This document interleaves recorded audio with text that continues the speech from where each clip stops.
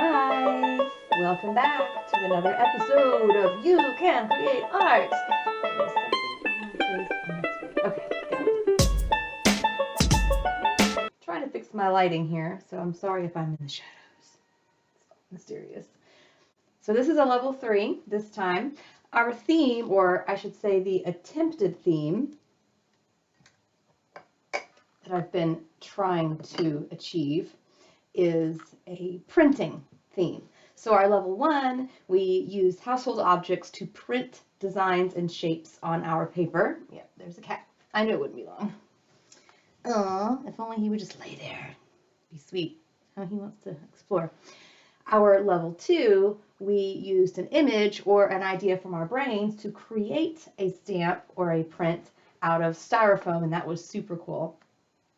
Now for this level 3, this is where I always find the most difficulty. Level 3 is the hardest for me to come up with ideas in keeping with the theme, because I want it to be level 3 quality, but I still want it to keep with the concept that the materials are easy to get and inexpensive, and anybody can do it, even if your skill set is not something that you would call artistic.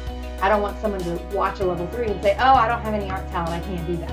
Because that's not true. I want everyone to feel like they can create art. That's the title of the whole series. You can create art. That's anybody. It's you. That's you. So, I think this level 3 project is really cool, and I'm pretty proud of the idea. It's not exactly printmaking, so I had to kind of fudge a little bit with that theme, but it's still pretty cool. So there you have it. Take it or leave it. I hope you don't leave it. Let me show you. I went ahead and did a tester just to see if it would work. And this is the tester. Nice. Now, right now it doesn't look like much. It's kind of hard to see. But this project, and you can just slide this middle part right out there. This project for level 3 does kind of help us think about, oh, that moon is jacked. Oh well, art isn't perfect. This level 3 project does help us to think about 3 very important parts of a composition, specifically a landscape. Our foreground, which is where the pumpkins are, our middle ground, which is the grass and this brick stone fence, in the background, which is the sky and the trees and the moon. Now you can't really see because of the lighting, but there are some stars glittering in there. And these trees have multiple tones. I think it's pretty cool. I like it. I'm going to put it out to display. All right, so one of the reasons why this particular one is level 3 is not because of difficulty. It's just because there's a lot of complexity. There's some thinking of steps involved, and it does take some time because you have to wait for different layers to dry. But the materials aren't terribly complicated. So let's start off with what you're going to need. So you're going to need one of these frames, all right? Got these at the Dollar Tree for $1. This is the one I used for my example, this 7x5. If you have colored pencils, markers, you can use paints, just something to apply color application. Any kind of paper for applying color. You need some kind of paint, acrylic, this clear paint. I'm also going to use some of these puffy paints. Is that everything?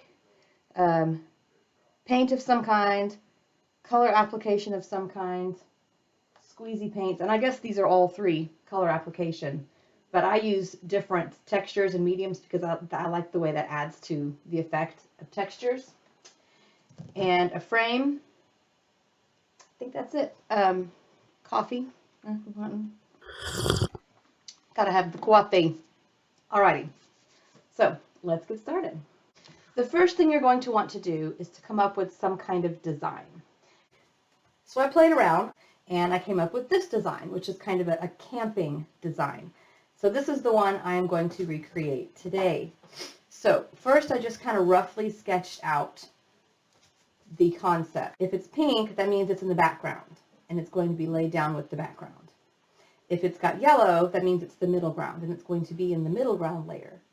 And then if I haven't outlined it anything, then that's the foreground. The campfire is going to be in the foreground. So when we create this, we're going to be creating 3 different layers. It's important to have one of these because you have those 3 layers. You've got the foreground layer on the front, the middle ground layer can be placed between, and then the background layer can be created here on the back.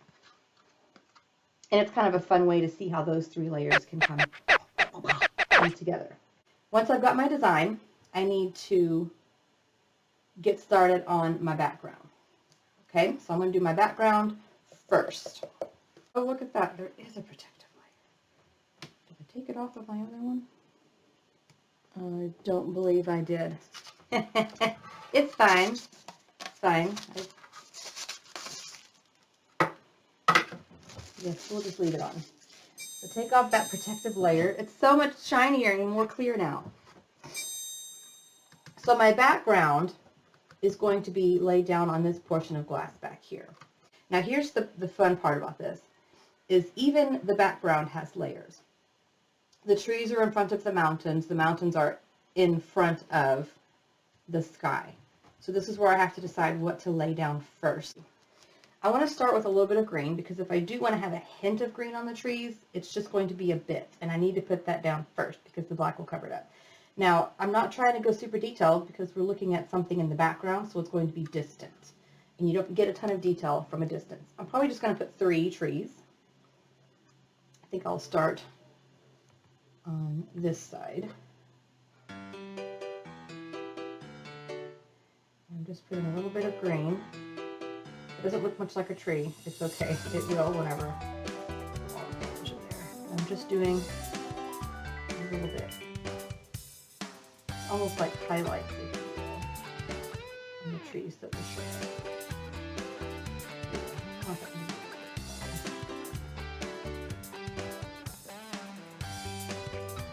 So those are the highlights. Looks like a bunch of nothing right now. To help you see, I'm going to put something white underneath this. Hey, look. Yay! There they are. Same thing over here.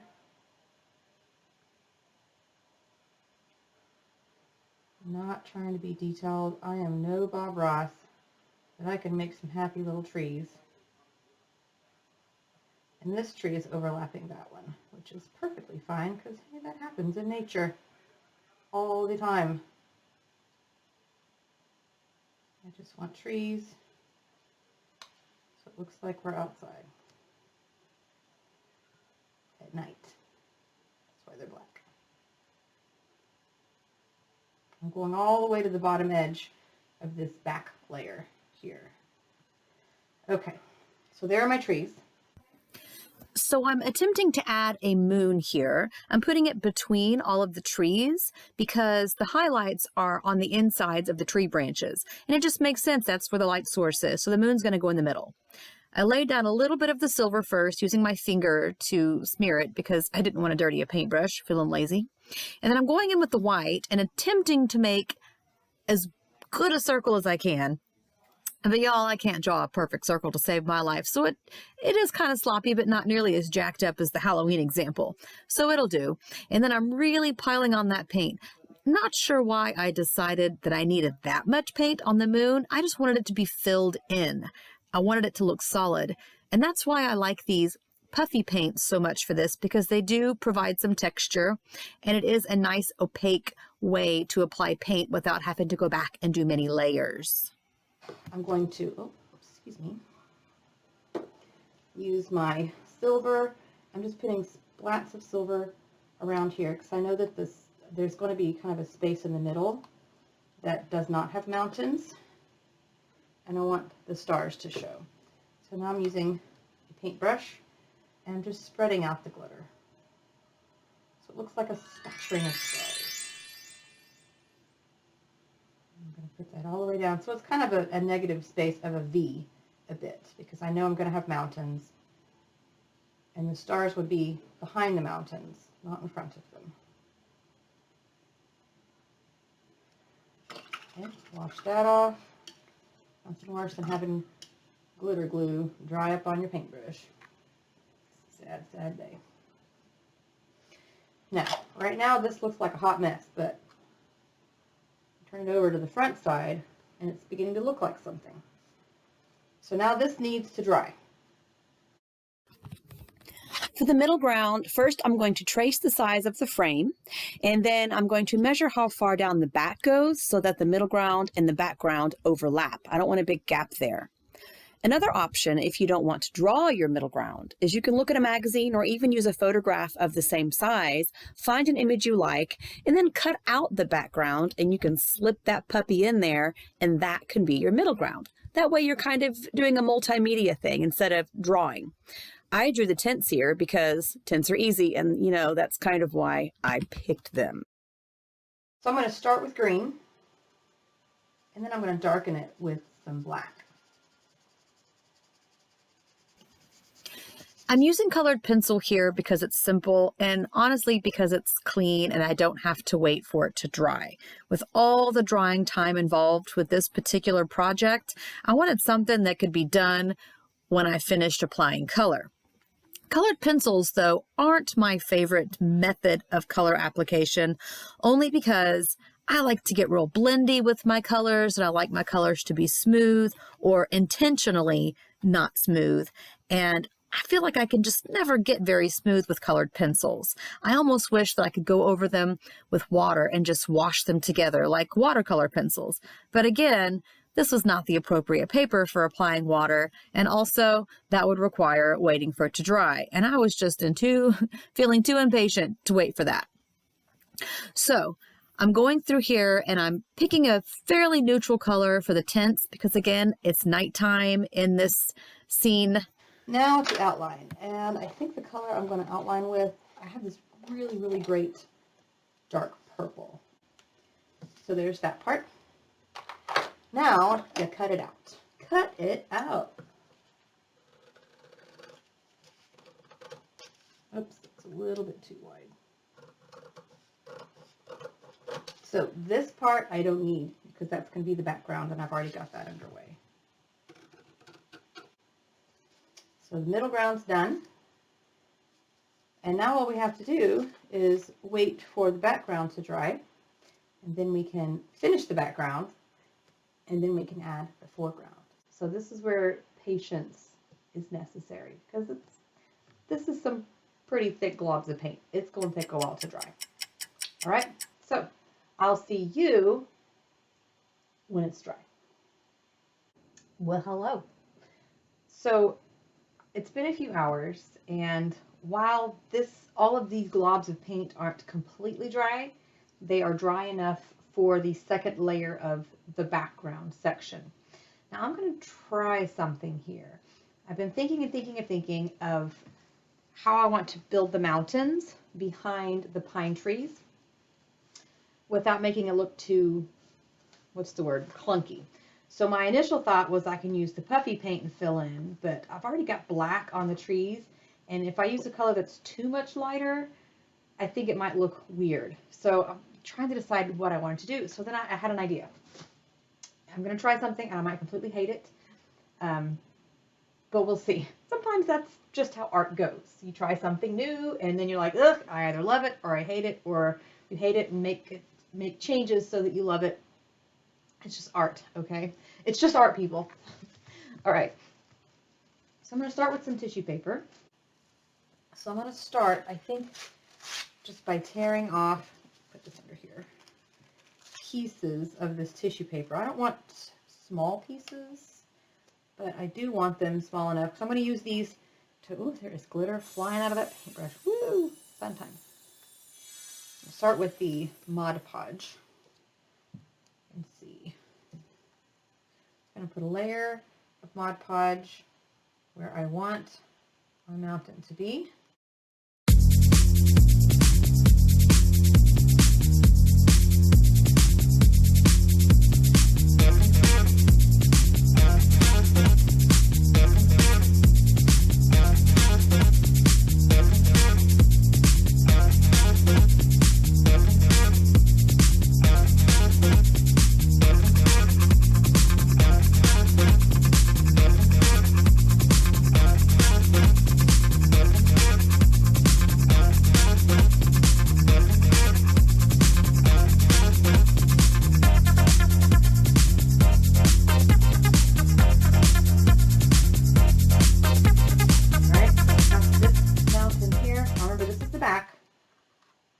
it over, you can kind of get the idea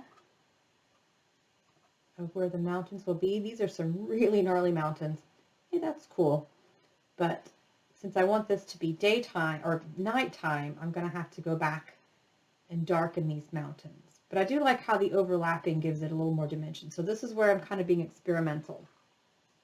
So I made some of this clear glue paint.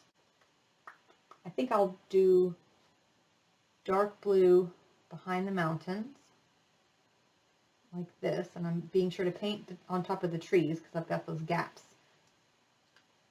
that I want to fill in between the branches.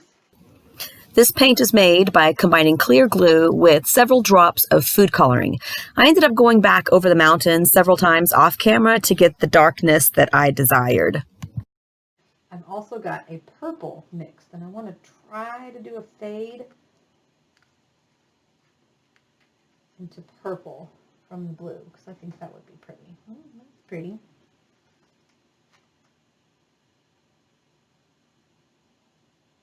I don't know if I got a fade, but I'm certainly going to try. I'll go ahead and go all the way to the top here with this purple, just because I don't want a line.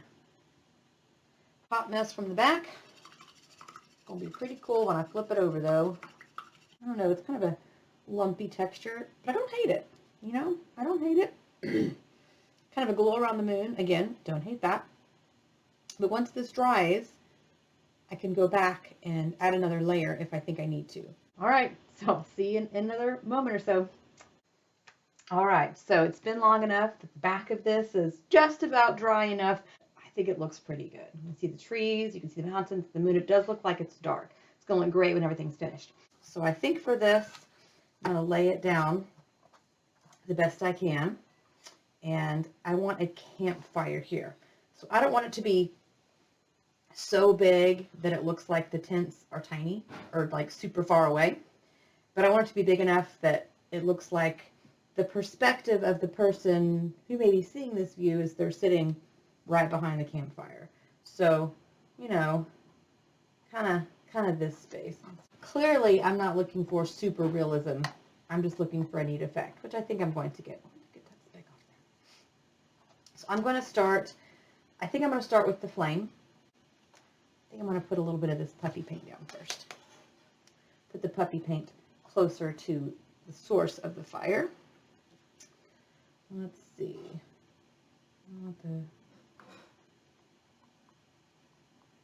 And again, I'm not going for super realism.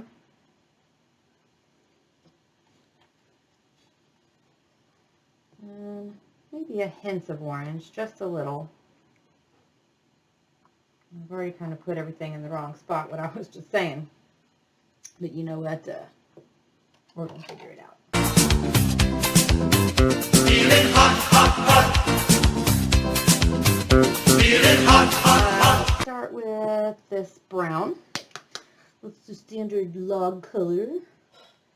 Now, I've made a few campfires in my day.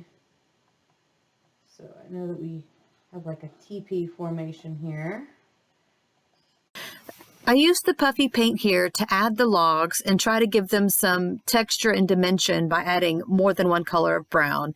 And it started out okay, and I liked it. And then I went in and added some rocks to make it look a little more grounded and also to add a little more color. But that almost clouded it up a little bit. But in the end, I'm pleased with the look. There's our campfire. Now, right now it's floating. So this clearly is not dry. So I'm not going to touch it. But rather than wait until tomorrow to show you the final product, I'm going to go ahead and do it right now. So you would just slip this foreground right in there, like a photograph in the flame. I said it because of the fire. A photograph in the frame, and here's what you have. It's pretty neat, isn't it? Hello. A little hat. I think it turned out pretty good. When the light shines behind it, it's a whole different effect. I'm pleased, you know? And this is interchangeable. Thank you for joining me on this episode of You Can Create Art.